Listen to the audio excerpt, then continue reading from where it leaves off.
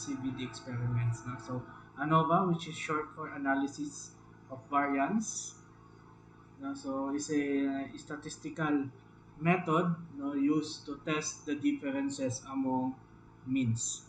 Okay, no, so doon sa CRD, so diniscuss natin. So to test the differences among the means na na-collect natin sa isang CRD experiment, so we conduct ANOVA. So ganun din sa RCBD experiments. No? So almost same lang yung process sa ANOVA ng CRD and RCBD. No? So pero sa RCBD, we are considering the replication as one of the sources of variation. No? So kung titingnan nyo, itong ANOVA table, okay, so we have sources of variation, replication, treatment, and error. So doon sa CRD, meron lang yung source of variation na kinukonsider natin is treatment and error. Okay? So ngayon, meron na tayong possible na maging source ng variation natin is the replication. Okay? So basically, we will just fill out this table, no? This ANOVA table. Okay, no? So we will compute for the degree of freedom, the sum of squares, the mean square, the computed f, and we will compare it with this value. Okay, so may isa pa tayong value dito, di ba? So kung maalala nyo, ano nga yun? So, nilalagay natin dito yung tabular f. Okay, so pwedeng at 5% and at 1%. Okay? Now, so let us try to compute problem. Okay? So let's see this sample data set dito sa baba. Okay? So in this table, so meron siyang mean girth at breast height ng trees, no, yung parang laki ng puno, no, at a certain height, no, after 6 years, no. So parang ang background ng study na to, so yung mga puno na nakatanim sa iba-ibang klaseng treatment o iba-ibang practices, so kinompute kung ano ba yung may pinakamagandang laki ng puno. Okay, and after 6 years, susukatin yun para makita ano ba yung pinakamagandang practice para sa klase ng puno na ito. Okay? No, so yun yung gusto makita dito. So titingnan natin, meron bang differences among the diameter or dun sa girth ng mga puno after 6 years sa iba-ibang treatment. Okay? No, so we have here ilang treatment. No? So we have 8 treatments and 3 replications. Okay? So tinreat sila as RCBD experiment. Okay? No, so we have here dito, so nandito yung treatment, yung replication nandito, and the treatment total, the treatment mean, dito yung replication total and the grand total and the grand mean. Okay? So, yung gagawin lang natin dito is to compute. Okay? To fill out the ANOVA table. Okay? So dito, ilan yung R? So, R natin is equal dun sa number of blocks or sa number of replication, which is 3, and the number of treatment is 8. Okay? So kung babalik tayo dun sa taas, so para ma-compute natin yung degree of freedom, okay, so buuin lang natin yung table.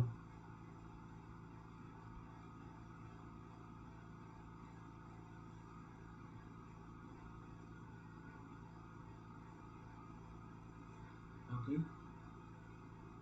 So dito yung source of variation, dito yung degree of freedom, dito yung sum of square, and dito yung mean square, okay, and dito yung computed f, okay.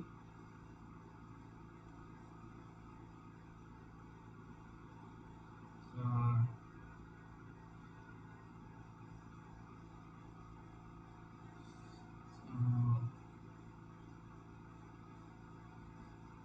computed f, okay.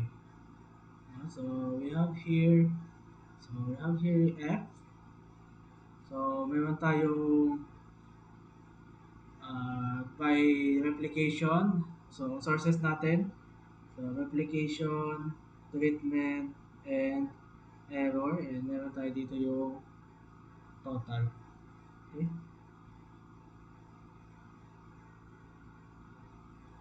Total. Okay?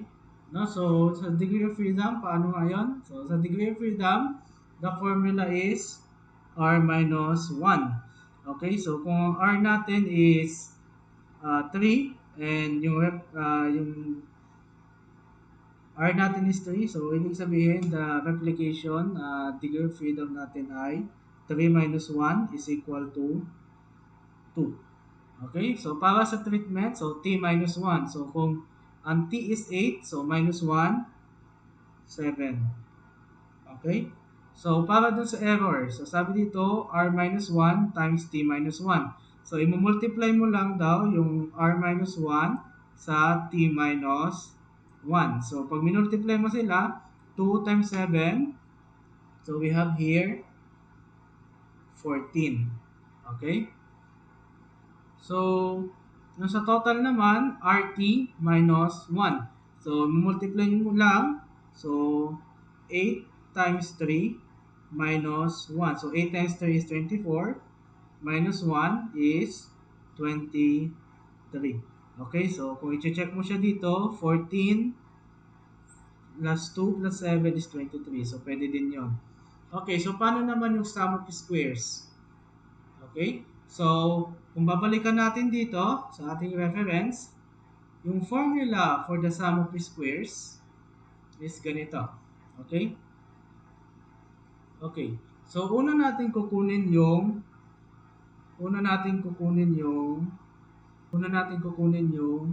CF. Okay? So, CF. Okay? No, so the formula for CF is G squared over RT. Okay? So, ilan nga yung G squared natin? Ilan yung G? No? So, kung babalikan natin dito, G is the grand mean. So, G is equal to 709.76. Okay? No? So, kunin mo natin yung correction factor. So, G squared, so which is G squared over RT. No? So, G squared of 709.76 is squared divided by R times T. So, R times T, alam naman natin na 24. No? So, 8 times 3. Okay? So, ilan to? Okay?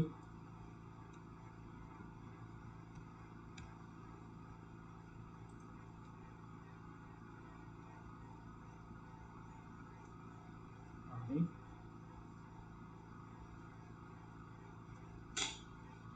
Okay.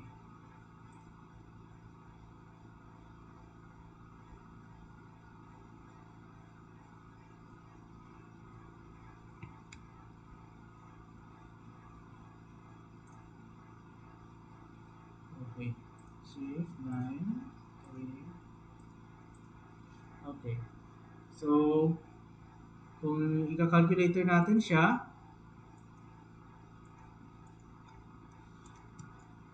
so 709.76 times divided by 24 is equal to 209.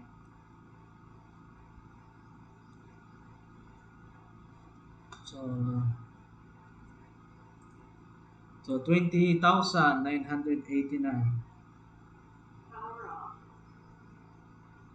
89.97. Okay? So, yan yung ating magiging CF. Okay? Okay. So, paano ba natin kukunin yung SSTO, no? So, ang una natin kukunin, so based dito ay SSTO. Ano yung formula for SSTO? So, summation of yij squared minus CF. No? So, ano lang naman ibig sabihin nito? Ibig sabihin nito, i-add mo lahat ng square ng kada measured value. Okay? So, parang ganito. Okay? So, SSTO is equal to, so 30.85 squared plus 38.01 squared plus 35.1 squared plus 30.24 squared. So tuloy-tuloy lang yan hanggang doon sa dito sa baba na 37.99 squared. Okay? Okay, so isang ano yan, tapos minus the CF, no, which is 20,989.97. No? So pag tinype nyo yan sa calculator, ang lalabas dyan na sagot ay, so ang lalabas dyan dapat na sagot ay 678.42. Okay? So, yun yung lalabas dito. 678.42. So, saan mo ito isusulat? So, SSTO siya, ibig sabihin sum of square of the total. No? So, 678.42. Okay? So, doon mo siya isusulat. Okay? Ayan.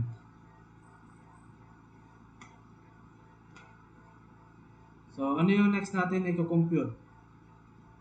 Okay? So, compute natin sunod yung SSR. Okay? So, ano yung formula for SSR? No? So, the formula for SSR is ito. Okay? So, RJ squared over T minus CF. Okay? So, paano yun? So, so kukunin mo yung mga R. Okay? So, ang RJ, so ito siya. So, yung mga total ng sa kada replicate. So, ito yon na tatlo. Okay? So, square niyan divided by yung number of treatment na nakatapat dyan. So, lahat naman sila 8. Okay? No? So, ganito yung solution. SSR. Okay? So, SSR is equal to, so, sundan lang natin, no? So, summation of R squared over T minus CF, di ba? So, ito naka R squared over T. Ito. Okay, so, maminusan mo ng CF ulit. Okay?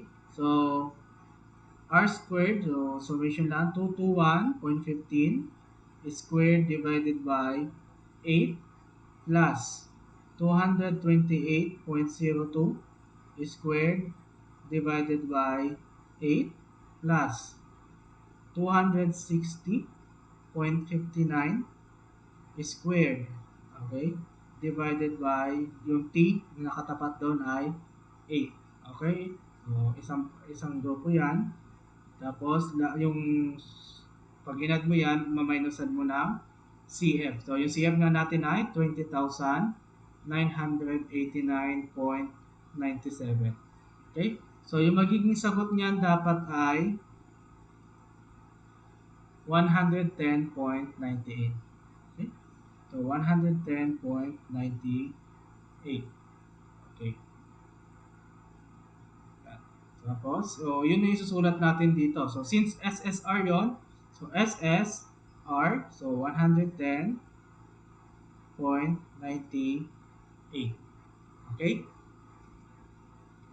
So, yan. So, pagkatapos ng SSR, kukumpute natin yung SS, ano na sunod? So, sunod natin yung SST. Okay? So, ano ang formula for SST? So, ito. Okay? So, SST is summation of TI squared. Okay? So, SST is equal to summation of TI squared over R minus CF. Okay? So, saan dito yung TI?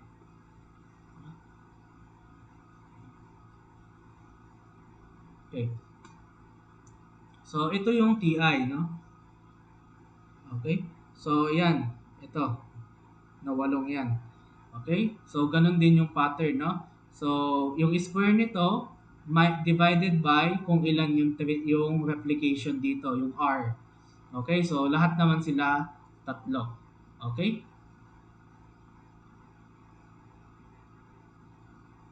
So, is equal to, so, i-add lang natin yung lahat, no? 103.96 squared over 3.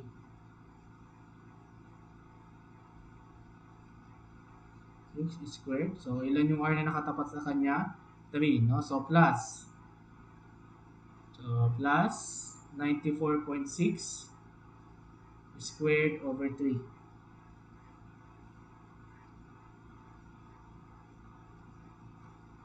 3. So, tuloy-tuloy lang yan hanggang dun sa pangwalo. So, ito. Hanggang dito. Hanggang dyan. So, 92.38 squared over 3.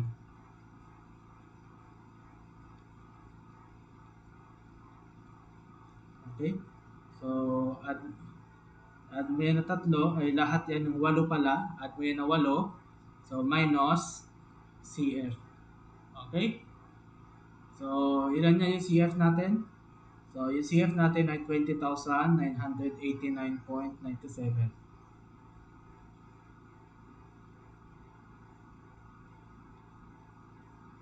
Okay?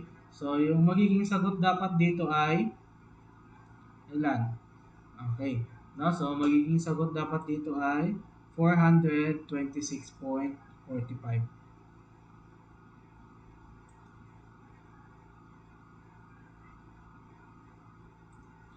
So, 426.45. No? So, saan natin isusulat yung SST? So, dito. Okay? So, 426.45. Okay, so ano na lang yung kulang? Yung SSE.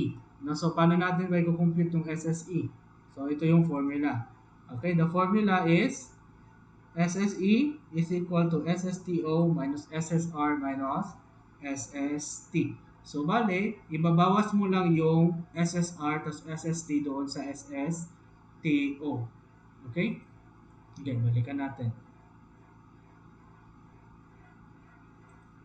So, ibig sabihin, so SSTO, so SSE rather, so is equal to SSTO minus SSR minus SST. Okay? So, SSTO natin ay ilan? So, SSTO natin ay 678.42.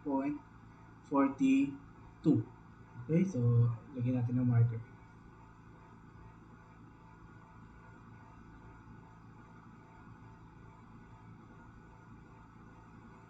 Okay? Okay, so ito. So, ito yung SSR. Tapos, ito yung SST.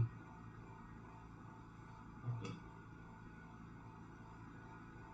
So,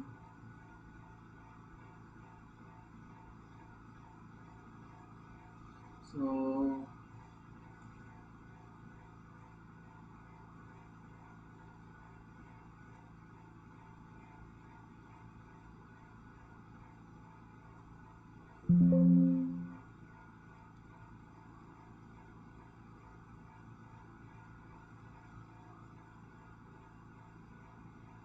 okay. So, SSTO, no? So, SSTO natin is 678. Okay, 678.42. 2 minus yung SSR na 110.98.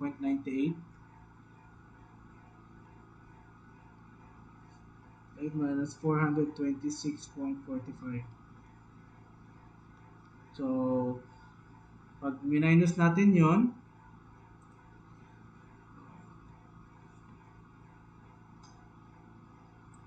so ganito siya, 678.42 minus 110.98 minus 426.45. So, yung sagot dyan ay 140.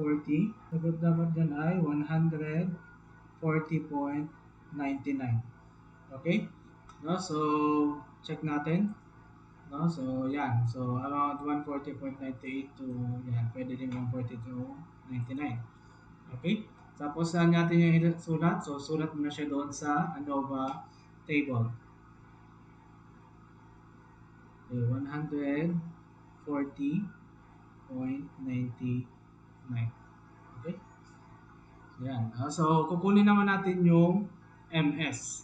Okay? So ano yung formula for MS? So MS, so general formula niya is sum of square divided by the degree of freedom. So ito yung SS, ito yung DF. So para doon sa MSR, okay, MSR is 110.98 divided by 2. Okay? So 110.98 divided by 2. Okay, so that is 55.49. Okay? So 55.49. Okay? So dito naman sa MST, so sa mean square of the treatment, so 426.45 divided by 7. 426.45 divided by 7. So that's 60.92. Okay? 60.92. Okay? Para dun sa MSE or the mean square of the error, 140.99 divided by 14. Okay? So 140.99 divided by 14, no? Which is equal to 10.07.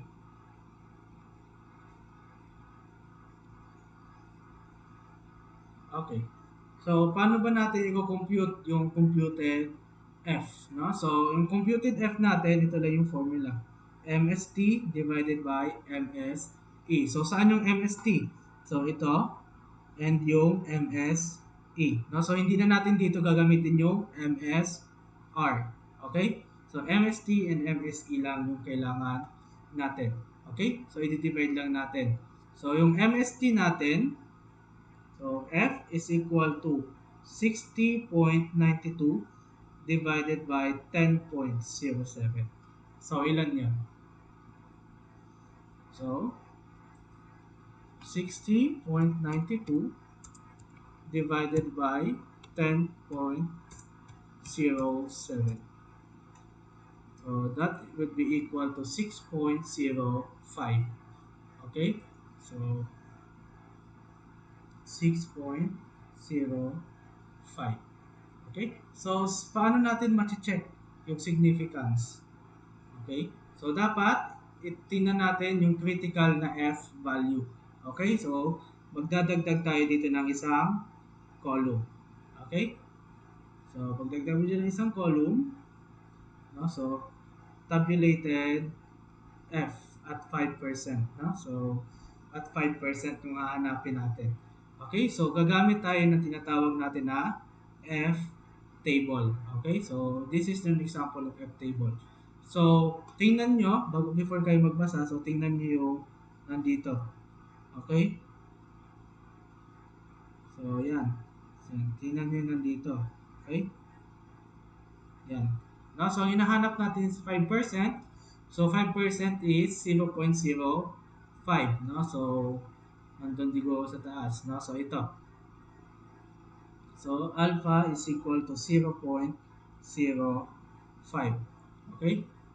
No? So, paano ba magbasa ng F table? Okay? No? So, ang titingnan mo ay yung degree of freedom. No? So, dito.